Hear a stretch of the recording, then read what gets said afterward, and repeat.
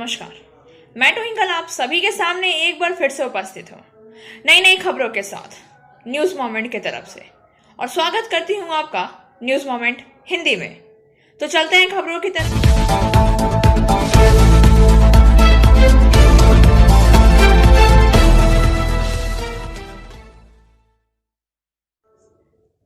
पत्रकारिता जगत के मशहूर पत्रकार विनोद दुआ का दिल्ली में आज अंतिम संस्कार किया गया। इस दौरान वरिष्ठ पत्रकार रवीश कुमार और डॉक्टर प्रणय रॉय मौजूद थे और लगभग 100 अन्य लोग भी इस दौरान,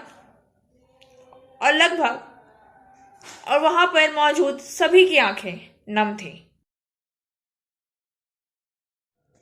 मुझे व्यक्तिगत रूप से बहुत दुख हुआ। आज सुबह से ही मैं अपने आंसुओं से खुद को रोक नहीं पा रही हूँ। मेरी आंखों से लुढ़क गए। मुझे खुद पर विश्वास नहीं हो रहा था कि वह अब नहीं रहे। मैं दिल्ली में अंतिम दर्शन करने तो नहीं पहुंच सकी।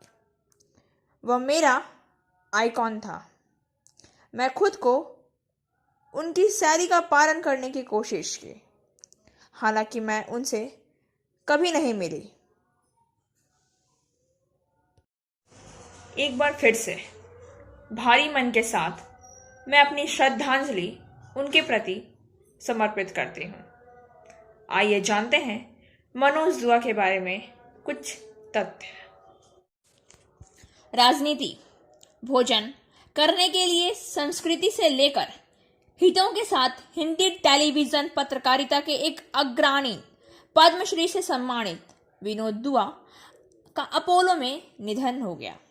अस्पताल शनिवार। वह 67 वर्ष के थे।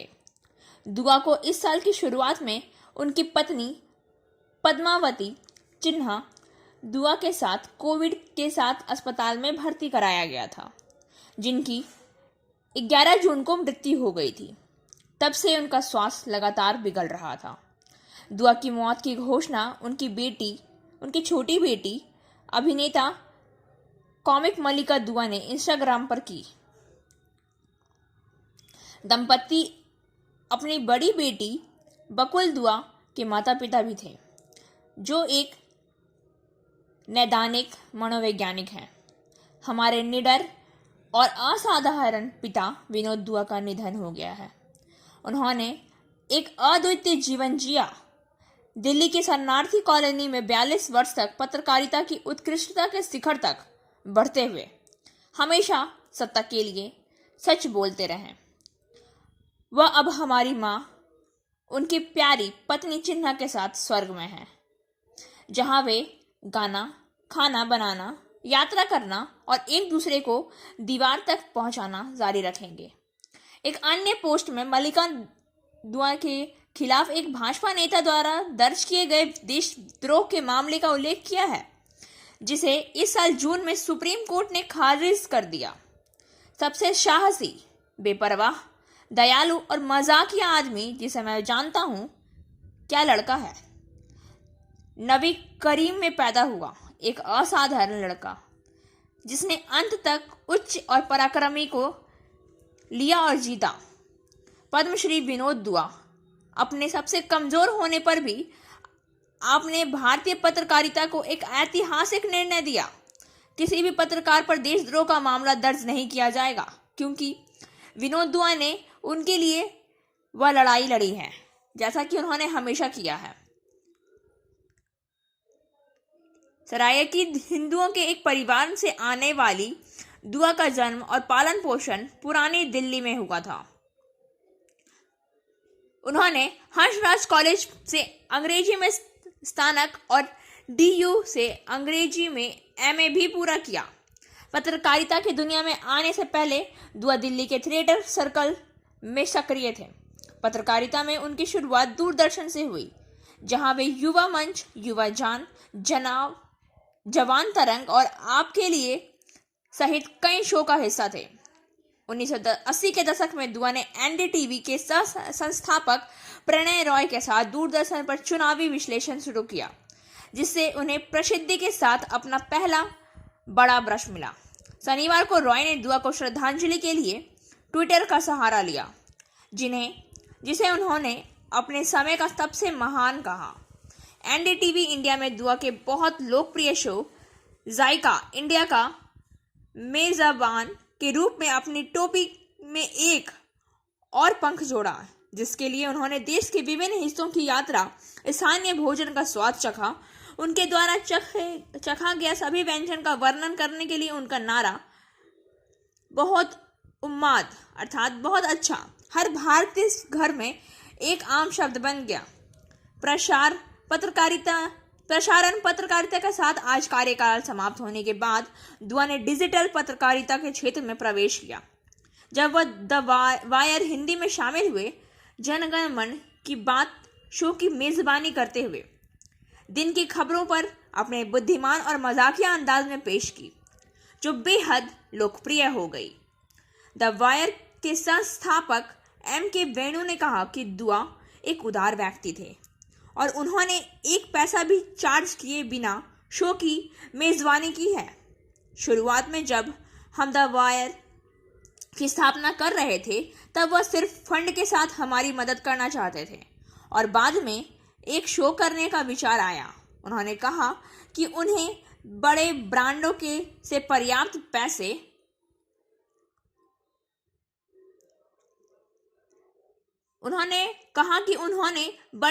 से पर्याप्त पैसे कमाया है और इसलिए उन्होंने यह काम मुफ्त में किया। PSJ TVS Asansol, mobile number 8695607709, toll free number 1800123399999। India's first scooter, play smart play pick. Omicron का वायरस पहुंचा दिल्ली में मिला ओमिक्रॉन का पहला मामला। दिल्ली में पहला ओमिक्रॉन मामला तंजानिया लौटने वाला है। नए प्रकार के मामले अब भारत में 5। दिल्ली के स्वास्थ्य मंत्री सत्येंद्र जैन ने कहा कि मरीज तंजानिया से लौट रहा है और अब उसे LNJP अस्पताल में भर्ती कराया गया है। दिल्ली के रविवार को अपने पहले ओमिक्रॉन मामले की पुष्टि की, जिससे देश में इस नए प्रकार के कोविड के पुष्ट मामलों की संख्या 5 हो गई। दिल्ली के स्वास्थ्य मंत्री सत्येंद्र जैन ने कहा कि मरीज तंजानिया से लौटा है और अब उसे LNJP अस्पताल में भर्ती कराया गया है।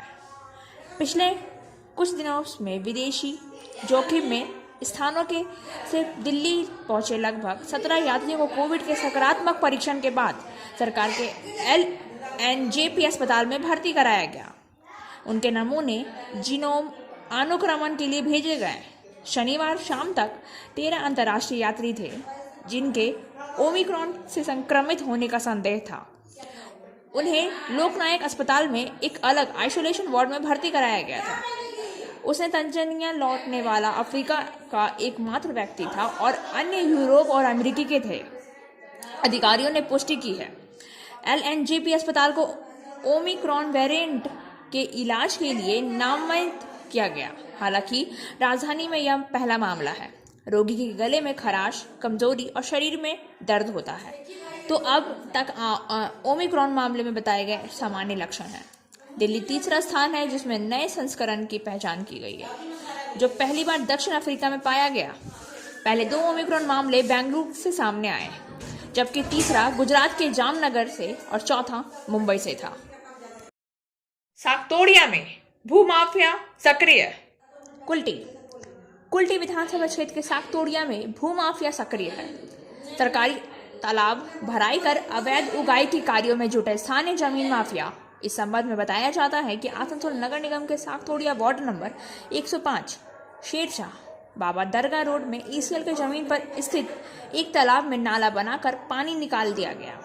स्थानीय सूत्रों ने बताया कि जहां पर तालाब को भरने के लिए बड़ी साजिश रची जा रही है ताकि तालाब का पानी सूख जाने के बाद धीरे धीरे तालाब भरने की प्रक्रिया शुरू कर दी जाएगी और उसके बाद इस जमीन पर अवैध कब्जा कर अपने इस्तेमाल के लिए लिया जाएगा या फिर बेच दिया जाएगा। हालांकि इस घटना के आरंभ से ही भीतर स्थानीय लोगों ने पूरी जानकारी साउथ कोरिया पुलिस प्रशासन को दे दी है।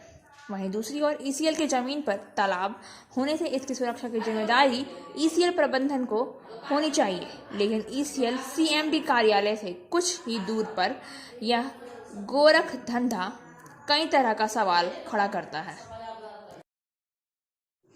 प्रधानाध्यापक और अन्य शिक्षक माइक्रोफोन लेकर गांव के दरवाजे पर गए और शुक्रवार को टोटो के दरवाजे पर आकर अनुरोध किया उन्हें स्कूल भेजा जाए। परीक्षा में बैठने के लिए माध्यमिक के लिए फॉर्म कब भरना है या उच्चतर माध्यमिक परीक्षा मृणाल ज्योति गंगोपाध्याय और दो और शिक्षक अहित बरन बंदोपाध्याय और देवाशीष साधु ने गुरुवार को बताया कि छात्रों के लिए आदिवासी बहुल ताराडंगा विनोदपुर सहित कम से कम 5 गांवों से के साथ एक टोटो में स्कूल जाना कितना महत्वपूर्ण है और चरमपूर्ण है। शुक्रवार को उन्होंने दोभानी और केलोजोड़ा से सटे कई गांवों में इसी तरह का अभिनय चलाया।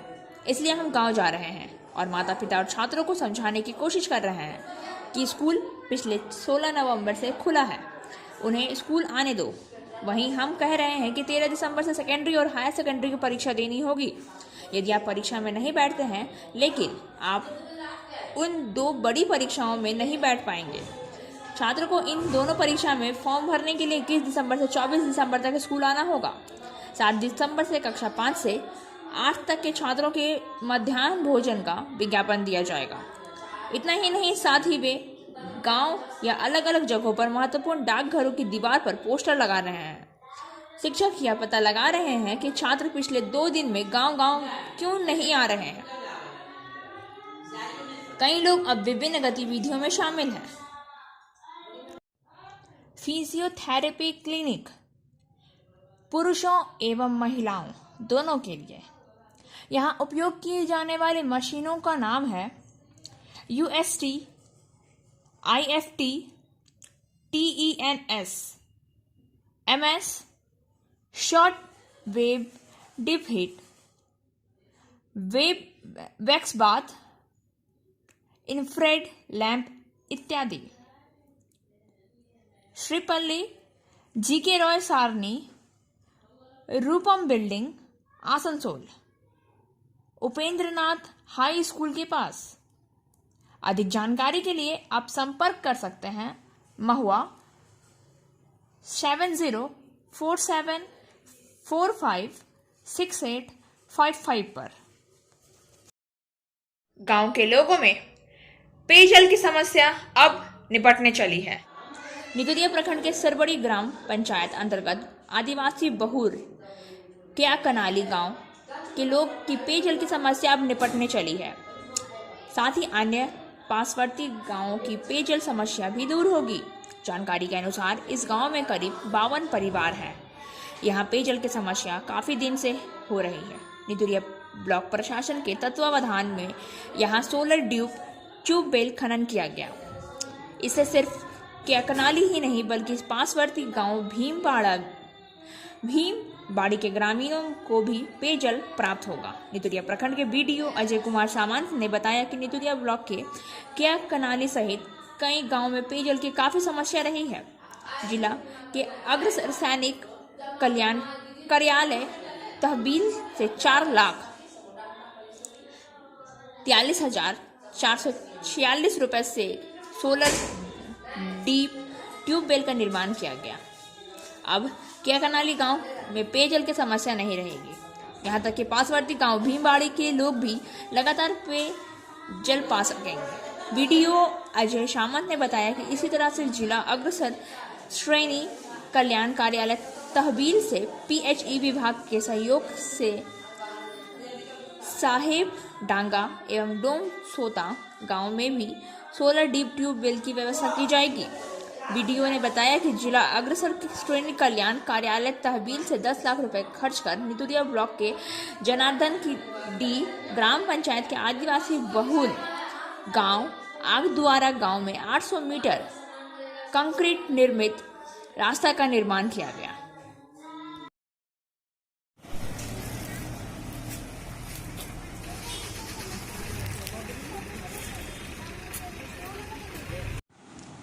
Angel Vidya Mandir, a sure way to success. We provide class 8 to 10, class 11 and 12, graduation honors and program. We also provide all types of competitive class. For further information, please contact 9932864067 or 8116183079. Bharat के उत्तर पूर्वी राज्य नागालैंड में सुरक्षा बलों ने Myanmar के साथ सीमा के पास घात लगाकर किए गए हमले में कम से कम 13 नागरिकों की हत्या कर दी है। काम के बाद घर लौट रहे खनिकों का पर सेना के एक गश्ती दल ने गलती से गोलियां चला दी, जिसमें 6 की मौत हो गई। गुस्साए स्थानीय लोगों ने सैनिकों का सामना किया, जब 7 और नागरिक और एक भारतीय सैनिक की मौत हो गई। गृह मंत्री अमित शाह ने कहा कि वह पीड़ित थे और उन्हें जांच करने का वादा किया है। नागालैंड में सेना सालों से अलगाववादी आतंकवादियों से जूझ रही है, लेकिन भारतीय बलों पर अपने अभियान के निर्दोष स्थानीय लोगों को गलत तरीके से निशाना बनाने का आरोप लगाया है। शनिवार की रात को यह घटना म्यांमार की सीमा से लगे मोन जिले में ओटिंग गांव में और उनके आसपास तक आतंकवादी विरोध अभियान के दौरान हुई। Coaching for medical NEET and entrance exam by D.K. Lal sir. For further information please contact 9832829475। 12 lakh रुपए की डकैती। एक महीने के अंदर पुलिस ने पकड़ा आरोप। यूपी के बरेली में 12 लाख की डकैती पड़ी तो पुलिस ने इस गिरोह के सरगना समेत दूसरे बदमाशों को एक महीने के अंदर दबोच लिया। पूछताछ से पता चला है कि इस वारदात को भूत और उनके गैंग ने अंजाम दिया है। यूपी के बरेली में एक दिलचस्प मामला सामने आया है। बरेली में 7 नवंबर को एक डकैती पड़ी थी। पुलिस ने काफी कोशिश के बाद उस डकैती को डालने वाला गिरोह को पकड़ लिया गया है।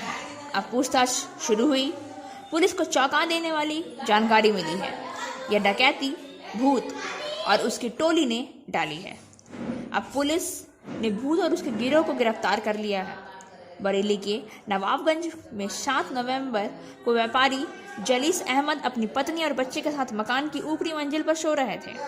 उसी दौरान करीब 1 दर्जन नकाबपोश बदमाश उनके घर पर धावा बोल दिया और हथियारों के बल पर पूरे परिवार को बंधक बनाकर लाखों की नकदी और जेवर समेत करीब 12 लाख की डकैती डाली है। एसएसपी रोहित सजवान ने बताया है कि कई टीम लगाकर बदमाश के प्रयास शुरू किए गए। इसी दौरान पुलिस को पता चला कि फरहान, जो कि दोस्तों और गैंग के मेंबर्स में भूत नाम से मशहूर है, कि गिरोह में इस डकैती को अंजाम दिया है। घटना के 25 दिन बाद पुलिस ने वारदात का खुलासा करते हुए भूत गैंग के 10 बदमाशों को गिरफ्तार कर लिया है, जबकि 2 बदमाश अभी भी फरार है। पुलिस को बदमाशों के पास 5 तमंचों के साथ व्यापारी के घर लूटे गए जेवर और 2.5 लाख की नकदी भी बरामद हुई है।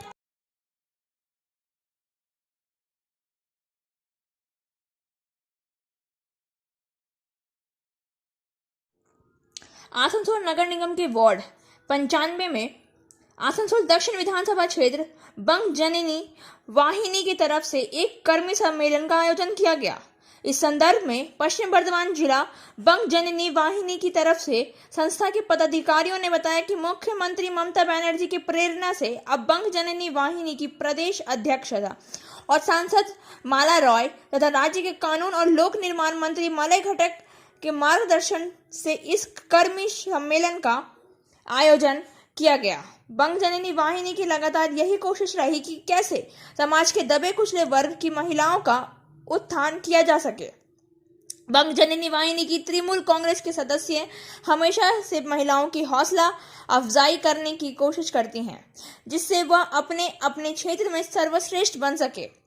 इस कर्मी सम्मेलन के आयोजन के लिए पूर्व पार्षद भरत दास, वार्ड अध्यक्ष मलय बीट, बंग जननी वाहिनी के कार्यकारी अध्यक्ष रीना मुखर्जी, महासचिव कमल सिंह, उपाध्यक्ष संगीता हेला, आसनसोल दक्षिण ब्लॉक अध्यक्ष गोपा विश्वास बौरो, अध्यक्ष खुशबू रियाज और पंपा मांझी, वार्ड 95 अध्यक्ष जयश्री बीट सहित बंग जननी वाहिनी की तमाम सदस्य उपस्थित थीं। Biofina, drink healthy, stay healthy. देश का पानी देशवासियों के लिए। For trade enquiry mail care@rkmgroup.in. Call toll free number 1800-258-7060. मंडल रेल प्रबंधक आसनसोल द्वारा अंडाल स्थित टाउनशिप लाइन का निरीक्षण एवं आसनसोल मंडल के MMSL साइडिंग के लाइन नंबर 2 का उद्घाटन। श्री परमानंद शर्मा मंडल रेल प्रबंधक आसनसोल मंडल ने आज डाउन सिक लाइन अंडाल का निरीक्षण किया। श्री शर्मा ने साइडिंग की पटरियां, कार्यालयों और अन्य सबसिस्टम मदों का भी निरीक्षण किया। श्री शर्मा ने शीघ्र ही बॉक्स एंड पूर्णबहाल सुविधा शुरू करने के लिए डाउन एवं अप लाइन का भी निरीक्षण किया है। मंडल रेल प्रबंधक ने आवक और जावक दोनों लोडिंग में वृद्धि लाने के संबंध में MSSL के प्रतिनिधि के साथ बैठक की। श्री परमानंद शर्मा मंडल रेल प्रबंधक आसनसोल के साथ श्री NK मीणा अपर मंडल रेल प्रबंधक ने सामान्य रूप से रैक की आवाजाही और विशेष रूप से आसनसोल मंडल के समग्र लोडिंग प्रदर्शन को बढ़ाने के लिए तपसी में मेंबर्स सुपर स्मेटल्स लिमिटेड साइडिंग में लाइन नंबर 2 का उद्घाटन किया है। इस कार्यक्रम में श्री SB सिंह वरिष्ठ मंडल परिचालक प्रबंधक, श्री S विश्वजीत वरिष्ठ मंडल यांत्रिक इंजीनियर, श्री CM मिश्रा वरिष्ठ मंडल सुरक्षा आयुक्त और अन्य अधिकारी एवं वरिष्ठ परिवहन गण भी उपस्थित थे। Share and subscribe and forward YouTube channel News Moment. For more details and for advertisement, contact editor 956383. Asansol नगर निगम के आलोचना भवन में एक पुस्तक का विमोचन। आसनसोल नगर निगम के आलोचक भवन में एक पुस्तक का विमोचन किया गया। उर्दू दरबार की तरफ से आयोजित इस कार्यक्रम के दौरान रानीगंज गर्ल्स कॉलेज के लेक्चरर अब्दुल हलीम अंसारी की दूसरी किताब का विमोचन किया गया। इससे पहले 2019 में इनकी पहली किताब का विमोचन भी आसनसोल नगर निगम के आलोचना भवन में हुआ था। बंगाल की जजीद गजल में तवस्सुफ नामक इस किताब के विमोचन के मौके पर आसनसोल और रानीगंज से कई मशहूर हस्तियां शामिल हुई। इसमें साबरा हिना खातून, खाली अदीब, गजल गायक महफीज आदि उपस्थित थे। आसनसोल से अब्दुल मुनाफ के अनुसार आसनसोल नगर निगम के पास टोटो और चालकों के बीच संघर्ष हुआ, जिसमें नौशाद नामक एक टोटो चालक पर नगर निगम के पास बने ऑटो स्टैंड से यात्रियों को अपने टोटो में बिठाने का प्रयास का आरोप लगाया है। इसका कहना है कि इसका विरोध करने पर टोटो चालक ने उनको घायल कर दिया। उन्होंने बताया कि एक हफ्ते पहले भी उन पर हमला किया गया था। आज की घटना के बाद इस स्टैंड पर खड़े अन्य टोटो चालक काफी नाराज हो गए हैं। INTTUC श्रमिक नेता राजू अहुलीवालिया मौके पर पहुंचे और ऑटो चालक को समझा बुझाकर शांत किया। पुलिस भी मामले की जानकारी दक्षिण थाना के पुलिस अधिकारी मौके पर पहुंचे और उन्होंने घायल नौशाद को तुरंत अस्पताल भेजने का प्रबंध किया है। इस संदर्भ में राजू अहुलीवालिया ने कहा है कि निगम क्षेत्र में 46 ऐसे टोटो शोरूम हैं जिनके पास वैध ट्रेड लाइसेंस नहीं है। आसनसोल भारतीय जनता पार्टी आसनसोल जिला कार्यालय में पत्रकार सम्मेलन कर आसनसोल नगर निगम चुनाव के बोर्ड बनाने का दावा किया गया। साथ ही नगर निगम के पदाधिकारी पर होर्डिंग, पार्किंग में करोड़ों के हेरफेर के आरोप लगाए गए। इसके साथ ही ऑब्जर्वर नियुक्ति पर भी निशाना साधा गया। इस दौरान भाजपा जिला संयोजक शिवराम बर्मन, विधायक डॉक्टर अजय पोद्दार, पूर्व पार्षद अभिजीत आचार्य, बी गु ठाकुर, आशा शर्मा, मधुमिता चटर्जी, युवा मोर्चा जिलाध्यक्ष अरजीत रॉय, सुदीप चौधरी आदि मौजूद थे। जितेंद्र तिवारी ने कहा कि पिछले एक साल से आसनसोल नगर निगम के प्रशासनिक बोर्ड इस वजह से यहाँ विकास रुका हुआ है। उन्होंने कहा कि आसनसोल नगर निगम कहती है कि विकास के लिए फंड नहीं है, जबकि होर्डिंग और पार्किंग के एवरेज 3 करोड़ रुपए बकाया है। उन्होंने पूछा कि नगर निगम ने इस बकाया राशि के लिए पुलिस से शिकायत दर्ज क्यों नहीं की। उन्होंने बताया कि नगर निगम द्वारा सिरे से टेंडर का आह्वान किया गया है और कहा गया है कि जिनके पास बकाया है वह टेंडर का हिस्सा नहीं बन सकते हैं। जितेंद्र तिवारी ने कहा कि बहुतों के पास कई ट्रेड लाइसेंस होते हैं। नगर निगम एक ट्रेड लाइसेंस को ब्लैक लिस्ट करेगा तो वह अन्य ट्रेड लाइसेंस का इस्तेमाल कर टेंडर प्रक्रिया का हिस्सा बन जाएगा। उन्होंने आसनसोल नगर निगम को चलाने वालों पर अपने लोगों को टेंडर दिलवाने के लिए नए सिरे से टेंडर बुलाने का आरोप लगाया है। आने वाले नगर निगम चुनाव को लेकर जितेंद्र तिवारी ने दावा किया है कि अगर निष्पक्ष चुनाव हुआ तो भाजपा के 80 बोर्डों को जीतने से कोई नहीं रोक सकता है। उन्होंने दावा किया है कि आने वाले नगर निगम चुनाव में भाजपा की ही बोर्ड बनेगी। नगर निगम में ऑब्जर्वर नियुक्ति को लेकर निशाना साधा। कहा कि नगर निगम के आयुक्त राज्य के संयुक्त सचिव दर्जे के अधिकारी हैं। वह एक IAS हैं जिनका राज्य सरकार के ऑब्जर्वर नियुक्ति किया है और जिला परिषद के उप सचिव को जो राज्य प्रशासनिक सेवा के अधिकारी हैं, यह तो वैसा ही है जैसा कि किसी स्कूल के हेडमास्टर की निगरानी स्कूल के सुरक्षा गार्ड से करवाना।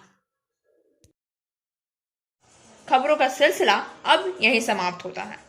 वक्त हो गया है आपसे विदा लेने का, लेकिन उससे पहले हमारी वीडियो को लाइक करें, चैनल को सब्सक्राइब करें और आगे की अधिसूचना के लिए घंटी वाले आइकन को पुश करें।